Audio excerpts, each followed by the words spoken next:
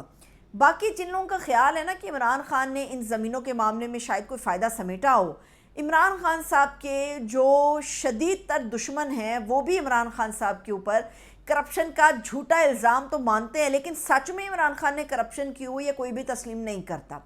اب جو روڈا والا معاملہ تھا یہ زبان زد عام ہے، بہت سارے لوگوں کو آئیڈیا نہیں ہے، لیکن وہاں پر معصوم بیچارے جو غریب کسان تھے ان کی زرعی زمینیں ہتھیائی گئی تھی۔ یہ روڈا والا جو معاملہ تھا یہ بتایا جاتا ہے کہ جی بنی گالہ میں یہ سب تیار ہوا اور یہ فیض حمید کی ناک کے نیچے ہوا، ان کی سرپرستی کے زیر اہتمام ہوا، اور بتایا جا رہا ہے کہ عمران خان صاحب کا ایک بہت اچھا دوست تھا جو آرکیٹیکٹر ہے، دنیا کی جو فرنٹ لائن کے اوپر آرکیٹیکٹر میں سب سے زیادہ مشہور لوگ ہیں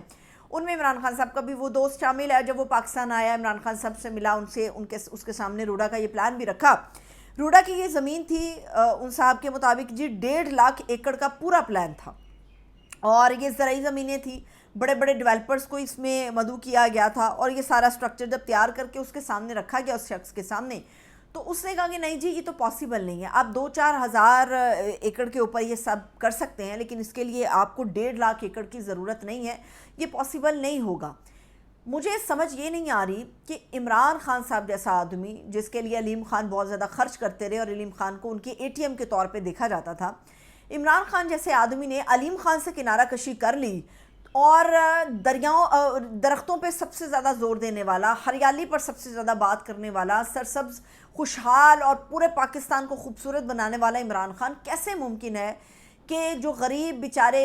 کسان ہیں ان کی زرعی زمینیں ہتھیانے کے لیے اوکے کر دے؟ علیم خان کو جو اللیگل کام کو لیگل کرنے سے منع کرتا رہا اور دوری اختیار کر لی، کیسے ممکن ہے کہ وہ غریب کسانوں کی زرعی زمینوں کو آ کر ہتھیا لے؟ یہ روڈا کا سارا پلان تھا اور اس کی وجہ سے بڑی بربادی ہوئی۔ جو لوگ کناروں کے اوپر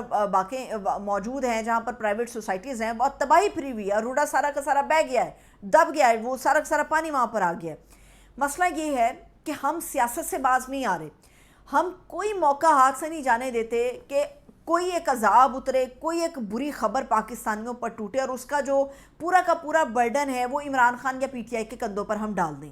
اس میں یکجہتی کا مظاہرہ ہونا چاہیے، لیکن یکجہتی تو پتہ نہیں نہ جانے کون سے غار میں جا کر چھپی ہوئی ہے۔ ہمارا ہر جو زہر بجھا تیر ہے وہ عمران خان کے اوپر جا کر لگتا ہے کہ عمران خان کو اتنی کیسز میں پھنسا دو کہ یہ بندہ دوبارہ اٹھ کے واپس نہ آ سکے۔ اب ایسا لگ رہا ہے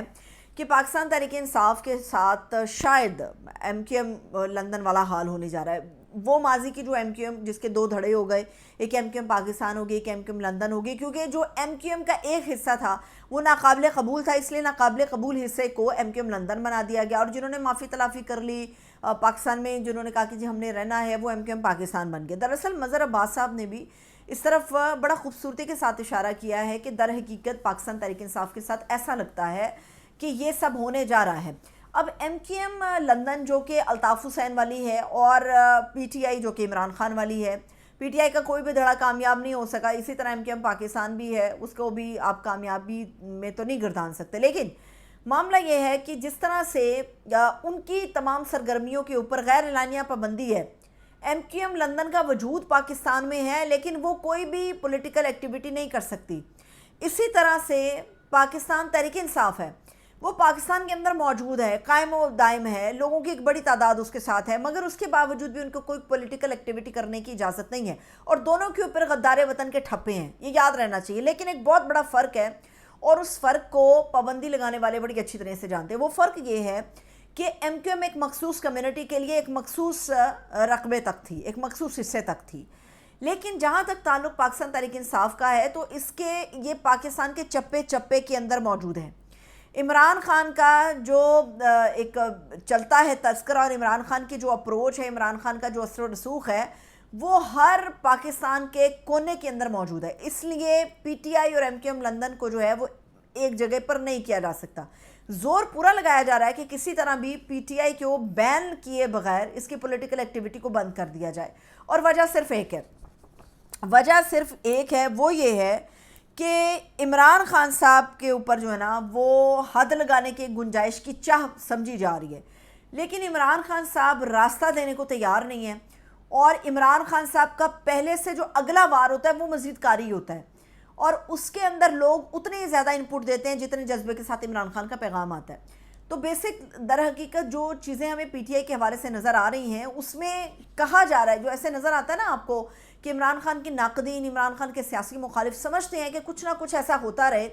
جو پی ٹی آئی کے اوپر برڈن ڈلتا رہے، جو عمران خان کو جو ہے وہ مزید دیوار کے ساتھ لگانے میں ہمارے لیے معاون اور مددگار ثابت ہو، لیکن ہر مرتبہ وہ چیز جو ہے وہ زیادہ زور لگا کر واپس آتی ہے. تو اس وقت سیلاب کی تباہ کاریاں بھی عمران خان کے کھاتے میں ڈالی جا رہی ہیں، پی ٹی آئی کے کھاتے میں ڈالی جا رہی ہیں، اور کسی نہ کسی طرح سے عمران خان کو ہر طریقے کے ساتھ وہ سمجھ رہے ہیں کہ چنوا دیا جائے، لیکن ایسا لگتا ہے وہ ممکن نہیں ہو پائے گا، کیونکہ اب یہ روڈا والا سیلاب والا معاملہ، دریائے راوی کے کنارے پر بستیوں والا، سوسائٹیوں والا معاملہ عمران خان کے حصے میں ڈالا جا رہا تھا. لیکن ظالم یہ سوشل میڈیا والے جن کا تعلق پاکستان تحریک انصاف سے، اور ظالم ہر وہ سپورٹر جو عمران خان کا سپورٹ کرتا ہے،